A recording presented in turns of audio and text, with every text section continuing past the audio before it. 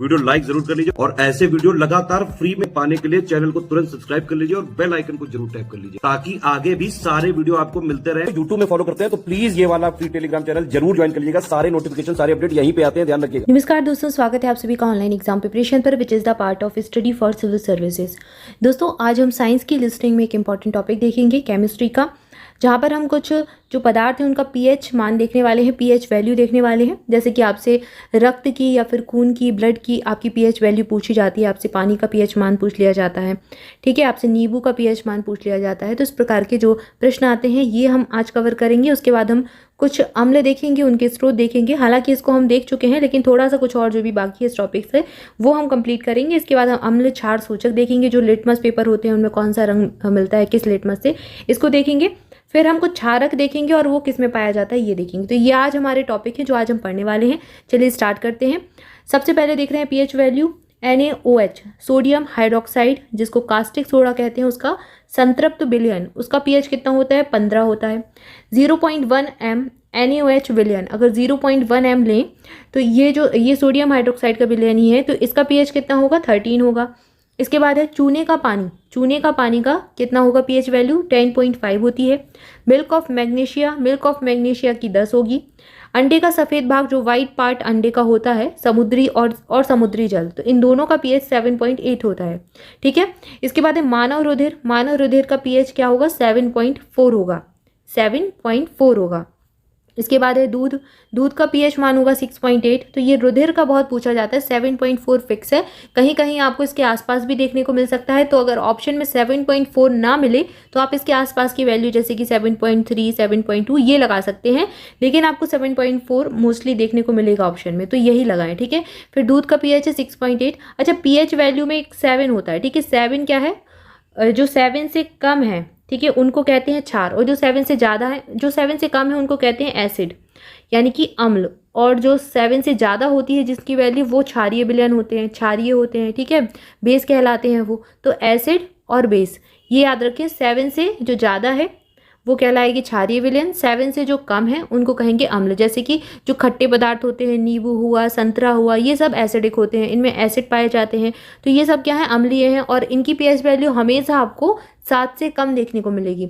इसके बाद जो क्षारीय विलयन होते हैं, जैसे कि अभी हम ये क्षारीय विलयन ही देख रहे हैं यहाँ पर, जैसे कि ब्लड है, ये हमारा क्षार होता है, ठीक है। अंडे का सफ़ेद भाग, समुद्री जल क्षार होता है, ठीक है, कितना खारा होता है ना समुद्री जल। और ऐसे ही मिल्क ऑफ मैग्नीशिया, चूने का पानी, ये सब क्षारीय विलयन है। इन सबके जो पीएच वैल्यू होगी वो हमेशा 7 से ज़्यादा होगी, ठीक है। और पानी जो होता है ये उदासीन होता है। पानी क्या होता है? उदासीन होता है। और पानी का जो पीएच मान होता है वो 7 होता है, ठीक है। अब क्लियर है यहाँ से? तो चीज़ें ये कनेक्ट करके आप थोड़ा सा, जैसे ऑप्शन में अगर आपको वैसे तो आसपास की वैल्यू मिलती है, लेकिन अगर कभी ऑप्शन में आपको क्षार की आपसे पूछी गई है पीएच वैल्यू और आपको वहाँ पर 7 से आपको कम वैल्यू दे दी गई है, तो आप वो तो बिल्कुल एलिमिनेट कर सकते हैं। एलिमिनेशन में ये काम आती है चीज़ें। अब यहाँ पर हमने दूध का देखा था 6.8। मानव श्लेष्मा जो होता है उसका 6.4 होता है। काली कॉफ़ी, जो ब्लैक कॉफ़ी होती है, उसका 5 होता है। टमाटर का रस जो होता है, ठीक है, टमाटर का रस कैसा होगा? एसिडिक होगा, 4.2 होगा इसका। मृदु पेय पदार्थ या सिरका बहुत खट्टा होता है, इसका पीएच मान कितना होगा? 3 होगा। और सिरके से भी पीएच वैल्यू जो कम होती है वो होती है 2.2 नींबू पानी की, इसलिए नींबू सबसे ज़्यादा एसिडिक होता है, ठीक है, सबसे ज़्यादा खट्टा होता है, 2.2 होगा। और जो जठर रस है, हमारे जो जठर ग्रंथियों में रस निकलता है, जो हमारे पाचन के लिए सहायक होता है, उसका पीएच मान सबसे ज़्यादा होता है 1.2। इसके बाद है 1 m HCl विलयन, ये इसका 0 हो जाएगा। और जो कंसनट्रेटेड HCl होता है उसका 1 के लगभग होता है, या फिर 1.0 होता है पीएच वैल्यू। तो यहाँ पर हमने ये देखिए जठर रस, इसका याद करें, नींबू पानी का जरूर याद कर लें। इसके अलावा रुधिर का बहुत पूछा जाता है, तो ये तो अच्छे से रट लें आप, 7.4 ही होता है। और इसके अलावा मिल्क का भी एक आध बार वनडे एग्जाम में पूछा गया है, रेलवे आदि में, तो अब ये याद कर सकते हैं, ठीक है। इसके बाद हम अगला टॉपिक देखते हैं। नेक्स्ट हमारा है कुछ प्राकृतिक अम्लों के स्रोत, इनको देखेंगे। ये हमने पहले ही पढ़ लिया था, जैसे सिरका में एसिडिक अम्ल पाया जाता है, इसको एथेनोइक अम्ल भी कहते हैं। चींटी के डंक में मैथेनोइक अम्ल पाया जाता है, और बिच्छू के डंक में भी। तो अगर एसिड में फार्मिक एसिड भी पाया जाता है और मैथेनोइक अम्ल भी इसी को कहते हैं, तो ये चींटी के डंक में मिलता है। आपको ऑप्शन में फार्मिक एसिड या फिर फार्मिक अम्ल ज़्यादा देखने मिलेगा। इसके बाद जो खट्टी चीज़ें जैसे आंवला हुआ, नींबू हुआ, संतरा हुआ और सभी तरह के खट्टे जो फल हैं उसमें साइट्रिक एसिड या सिट्रिक एसिड पाया जाता है। विटामिन सी होता है जिसको एस्कॉर्बिक अम्ल कहते हैं। ठीक है, दूध में, दही में, मट्ठा में, लस्सी में, दूध, दही, दूध से बनने वाले जो पदार्थ हैं, दही, मट्ठा, लस्सी सब दूध से बनते हैं, इन सब में लैक्टिक अम्ल पाया जाता है। और ये एग्जाम में बहुत बार पूछ चुके हैं, विटामिन सी का, साइट्रिक अम्ल का, एसिटिक अम्ल, सिरका का और ये लैक्टिक अम्ल, ये एग्जाम में कई बार पूछे, रिपीट होते हैं। फिर टमाटर और पालक, टमाटर और पालक इन दोनों में ऑक्जेलिक अम्ल है। टमाटर में और भी पाया जाता है जैसे कि मैलिक अम्ल भी पाया जाता है, टमाटर में ऑक्जेलिक अम्ल भी पाया जाता है। इसके अलावा पालक में भी ऑक्जेलिक अम्ल मिलता है। ठीक है, जो ग्रीन कलर की पत्ते वाली सब्जी आप खाते हैं, पालक। इसके बाद है अंगूर, अंगूर में टार्टरिक अम्ल होता है। इमली में भी टार्टरिक अम्ल होता है। सीट्रस, केला, कच्चे आम, इन सब में टार्टरिक अम्ल होता है। ठीक है, जैसे पानी पूरी खाते हैं, पानी पूरी का पानी किससे बनता है? इमली से बनता है, कच्चे आम से बनता है। ठीक है, तो ये खट्टा होता है, इसमें क्या होगा? टार्टरिक अम्ल मिलेगा। इसके बाद है मैलिक अम्ल, ये पके सेब में मिलेगा और नाशपाती में मिलेगा।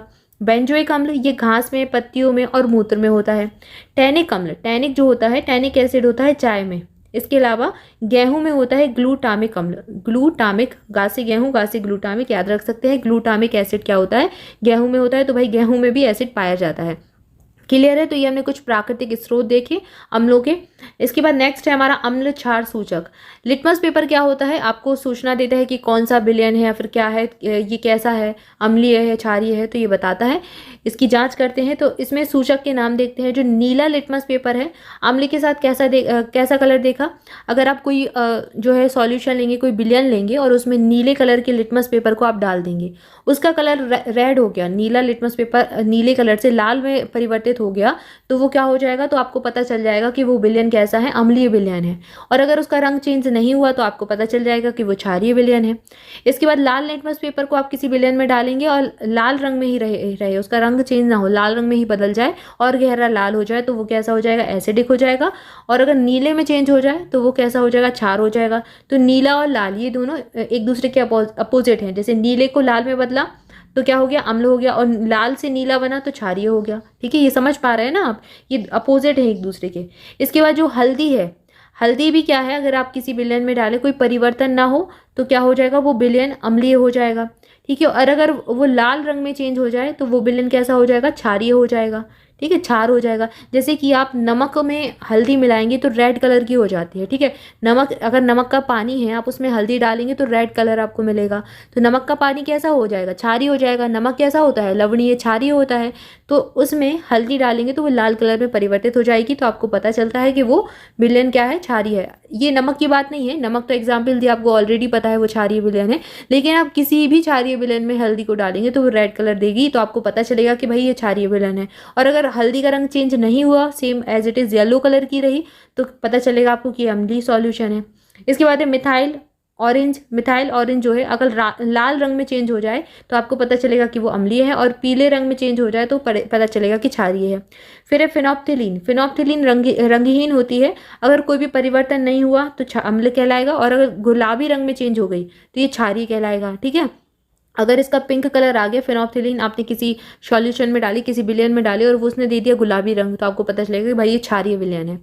क्लियर है? तो ये क्षार और अम्ल की हमने सूचक देखी कि लिटमस पेपर से किस प्रकार से पता चलता है। नेक्स्ट है क्षारक के बारे में जानेंगे, जैसे कि कैल्शियम हाइड्रोक्साइड है, ये किस में मिलता है? चूने के पानी में मिलेगा। अमोनियम हाइड्रोक्साइड, ये खिड़की के कांच आदि साफ करने के लिए यूज करने वाला मार्जक होता है, उसमें मिलता है। सोडियम हाइड्रोक्साइड या फिर पोटेशियम हाइड्रोक्साइड, ये साबुन में पाया जाता है। साबुन का बहुत पूछा जाता है, इसमें क्या मिलेगा? Sodium hydroxide, potassium hydroxide. Sodium और पोटेशियम के हाइड्रोक्साइड से मिलकर ही साबुन बनता है। फिर मैग्नीशियम हाइड्रोक्साइड, ये मिल्क ऑफ मैग्नीशिया में मिलेगा। नेक्स्ट है हमारा स्वाद में, ये अम्ल और क्षार के बारे में ये हमने यहाँ पर देखा। इसके बाद अम्ल और क्षार हमारा टॉपिक है, इसमें अम्ल और क्षार के अंतर हम देख रहे हैं। अम्ल कैसे होते हैं? ऑलरेडी आपको पता है, स्वाद में खट्टे होंगे। क्षार जो है स्वाद में नमकीन या फिर कड़वे होंगे। और जो अम्ल है नीले लिटमस को लाल में बदल देते हैं, और जो क्षार है वो लाल लिटमस को, क्या, रेड लिटमस को ब्लू में यानी कि नीले में बदल देंगे, और ये क्या करेंगे? ब्लू को रेड में बदल देते हैं।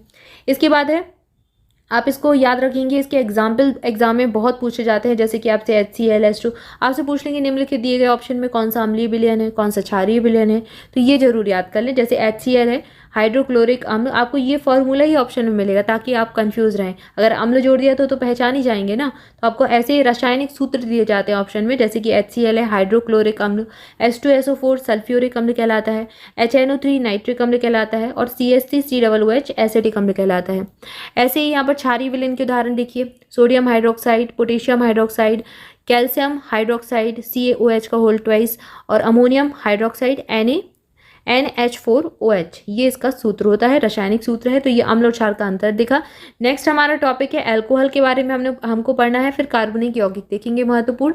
तो आज की वीडियो में इतना ही, इसके आगे हम नेक्स्ट वीडियो में देखेंगे। तब तक के लिए आपसे भी चैनल के साथ जुड़े रहें, वीडियो को लाइक जरूर कर दें और कॉमेंट करके बताएं वीडियो कैसे लगा। Thank you for watching this video. स्वस्थ रहें, मस्त रहें, मुस्कुराते रहें और पढ़ाई करते रहें। Thank you so much.